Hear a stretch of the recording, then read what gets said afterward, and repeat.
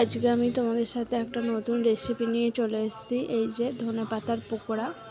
ধনেপাতাটা প্রথমেই আমি ধুয়ে নিয়েছি, দেখতেই পেলে। আমি একটা পাতিতে লঙ্কা কুচি, রসুন কুচি আর ধনেপাতা ধোয়াটা নিয়ে নিলাম। এবার আমি একে একে এতে বেসন মশলা অ্যাড করব। এই যে দেখতেই পাচ্ছ, আমি বেসনটা ঢেলে নিলাম, দিয়ে এবার একটু খাবার সোডা, একটু নুন, একটু চাট ম্যাগি মশলা আর হলুদ গুঁড়ো দিয়ে আমি মেখে নেব। তো অল্প অল্প জল দিয়ে আমি মেখে নেব, টাইট করে মাখবো। কারণ ধনে পাতা যেহেতু তোমার বেশি জল দিলে নরম হয়ে যাবে, পাতাটা মানে ধনে পাতাটা মুখে পড়লে মিশিয়ে যাবে। এই যে দেখতেই পেলে আমি টাইট করে মেখে নিচ্ছি।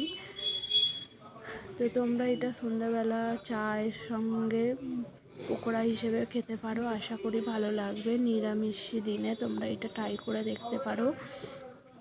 এই যে দেখতেই পেলে আমি আস্তে আস্তে মেখে নিচ্ছি, দিয়ে আমি কড়াই তেল গরম করতে বসিয়ে দেব। এই যে দেখতেই পেলে অল্প জল দিয়ে আর বেসন দিয়ে আমি মেখে নিচ্ছি। এই যে আমি বেসনটা এখানে নিয়ে নিলাম। এই যে মাখানোটা ঠিক এরকম হবে।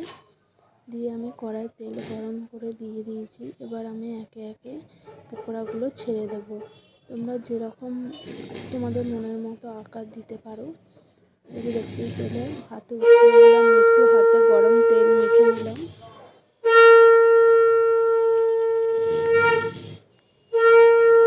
এই যে দেখো, আমি আস্তে আস্তে ছেড়ে দিলাম, দেখতেই পেলে তোমরা। এবার আস্তে আস্তে আমি মিডিয়াম আঁচে রেখে লাল করে ভেজে নেব।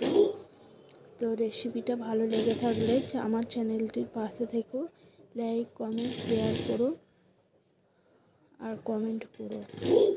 তো দেখো আমি লাল লাল করে ভেজে নেব। এই যে দেখতেই পেলে।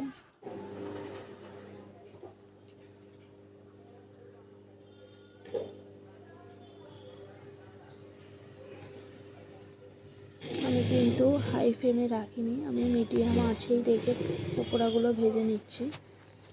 এই যে দেখতেই পাচ্ছ তোমরা।